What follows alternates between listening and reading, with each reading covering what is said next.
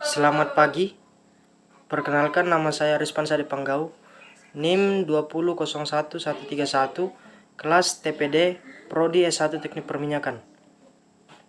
Kali ini kita akan melakukan praktikum F5, yaitu besaran gelombang. Di antaranya ada abstrak, bab ke-1 itu pendahuluan, bab kedua dasar teori, bab ketiga itu metode percobaan, bab keempat itu hasil dan pembahasan, bab kelima kesimpulan dan saran. Abstrak. Praktikum besaran gelombang bertujuan untuk memahami konsep dasar perambatan gelombang, mengenal dan memahami besaran-besaran gelombang, dan menganalisis besaran-besaran gelombang. Alat yang digunakan pada percobaan kali ini adalah PET Colorado Simulation, yaitu simulasi yang digunakan untuk praktikum fisika kali. Berdasarkan hasil yang diperoleh pada praktikum ini, dapat ditarik kesimpulan bahwa gelombang adalah getaran yang merambat. Parameter gelombang yang umum yaitu amplitudo, fase gelombang, panjang gelombang, frekuensi, periode, dan cepat rambat gelombang. Cara menentukan cepat rambat gelombang adalah dengan cara mengalihkan lambda dengan frekuensi. Bab 1. Tugas pendahuluan. Bab 1. Pendahuluan. 1.1 Latar belakang. Gelombang adalah energi yang merambat dari satu titik ke titik lainnya. Kalian tentu sudah sering mendengar istilah gelombang, seperti gelombang suara, gelombang cahaya, dan gelombang laut. Dalam kehidupan sehari-hari, kita sering melihat adanya gelombang, di mana gelombang ini adalah getaran yang merambat. Di dalam perambatannya tidak diikuti oleh perpindahan partikel-partikel perantaranya. Suatu gelombang dapat dilihat panjangnya dengan menghitung jarak antara lembah dan bukit, atau biasa disebut gelombang transversal. Gelombang dikelompokkan menjadi beberapa jenis berdasarkan arah getarnya. Gelombang dapat dibedakan menjadi dua jenis, yakni gelombang longitudinal dan gelombang transversal. Gelombang transversal yaitu gelombang yang arah getarannya tegak lurus dengan arah rambatannya. Misalkan gelombang pada tali. Dan gelombang cahaya. Gelombang longitudinal yaitu gelombang yang arah getarannya berhimpit dengan arah rambatannya. Misalnya gelombang bunyi. 1.2 Tujuan. 1. Memahami konsep dasar perambatan gelombang. 2. Mengenal dan memahami besaran-besaran gelombang. 3. Menganalisis besaran-besaran gelombang. 1.3 Permasalahan. 1. Bagaimana memahami konsep dasar perambatan gelombang. 2. Bagaimana memahami besar-besaran gelombang. 3. Bagaimana menganalisis besaran-besaran gelombang. Dan bab kedua itu adalah dasar teori. Sebuah getaran akan berubah menjadi gelombang. Gelombang adalah getaran yang merambat.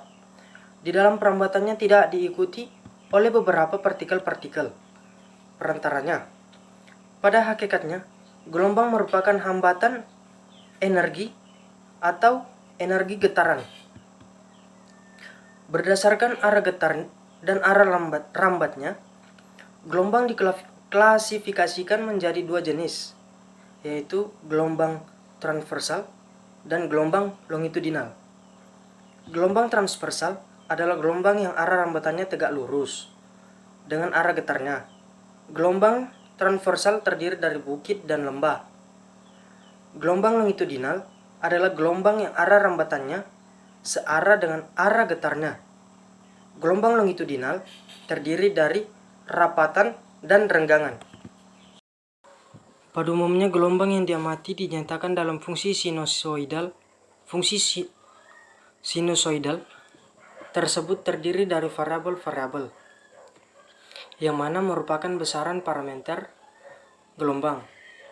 Parameter gelombang yang umum diantaranya amplitudo, fase gelombang, panjang gelombang, periode, frekuensi, dan cepat rambat gelombang.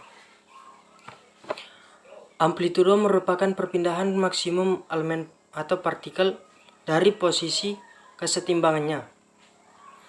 Saat gelombang merambat, fase gelombang adalah jumlah putaran atau sudut yang ditempuh pada suatu titik selama perambatan. Fungsi sinusoidal Y X, T sama dengan YM sin KX min omega T min Pi. Keterangan Y sama dengan gerakan partikel, satunya M. YM sama dengan amplitudo, satunya M. KX min omega T plus Pi sama dengan fase gelombang atau gradian. Pi sama dengan fase awal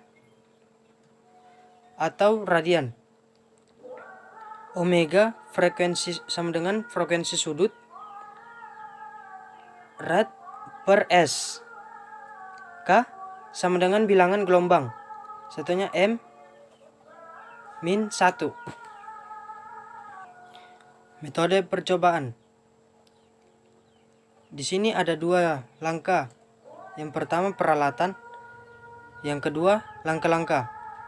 Peralatan yang digunakan yaitu simulasi besaran gelombang. Bisa membuka website pada link tersebut. Yang kedua langkah-langkah. 1. Buka simulasi PET. Atur simulasi menjadi oscillate. Yang ketiga, atur simulasi menjadi no-end. Yang keempat, atur damping ke posisi non dan tension ke posisi high, serta tampilkan rulers dan reference line. Yang kelima, atur amplitudo dan frekuensi pada simulasi. Yang keenam, tentukan nilai S yang terbaca pada penggaris. Yang ketujuh, hitung banyak gelombang yang terjadi. Yang kedelapan, hitung panjang gelombang yang terjadi, periode dan kecepatan rambat gelombang tersebut.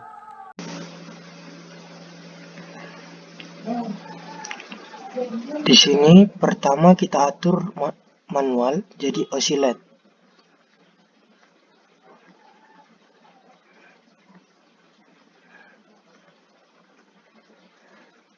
Kemudian kita atur no-end.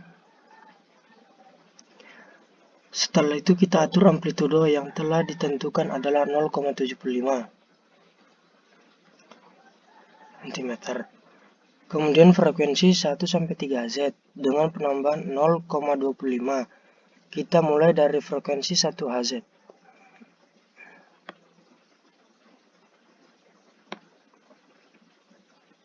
Lalu damping jadi non. Tension kita ubah jadi high. Kemudian kita atur penggaris.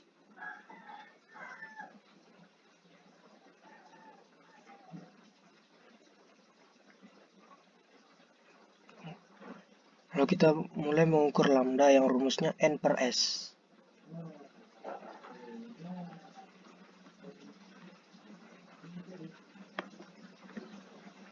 Ini kita paskan di garis.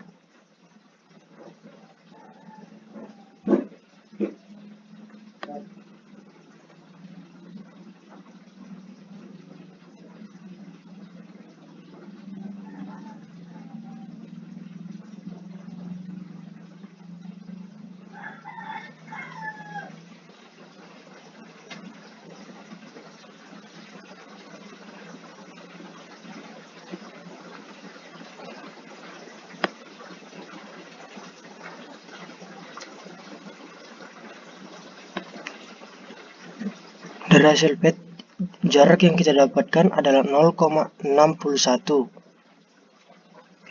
Diubah menjadi 0,061 dan gelombang yang terbentuk yaitu satu gelombang. Ini satu gelombang. Jadi lambdanya adalah 0,061 dibagi 1 hasilnya adalah 0,061. Kita lakukan begitu terus hingga frekuensi 3Z dengan penambahan 0,25. Di sini saya akan menjelaskan tentang diagram alir. Yang pertama itu start. Yang kedua, buka file simulasi PET. Yang ketiga, atur simulasi menjadi osilasi. Yang keempat, atur simulasi menjadi tak berujung. Yang kelima, atur redaman ke posisi 0 dan tegangan ke posisi besar, serta tampilkan penggaris dan garis penanda. Yang keenam, atur amplitudo sebesar 0,5 cm dan frekuensi sebesar 0,5 Hz min 3 Hz dengan penambahan 0,1 pada simulasi. Yang ketujuh, tentukan nilai S yang terbaca pada penggaris. Yang kedelapan, hitung banyak gelombang yang terjadi. Yang kesembilan, hitung panjang gelombang yang terjadi, periode dan cepat rambat gelombang tersebut. Yang ke-10 selesai. Bab 4, hasil dan pembahasan. 4.1 Analisis data. Di sini saya akan memperlihatkan analisis data yang saya dapat.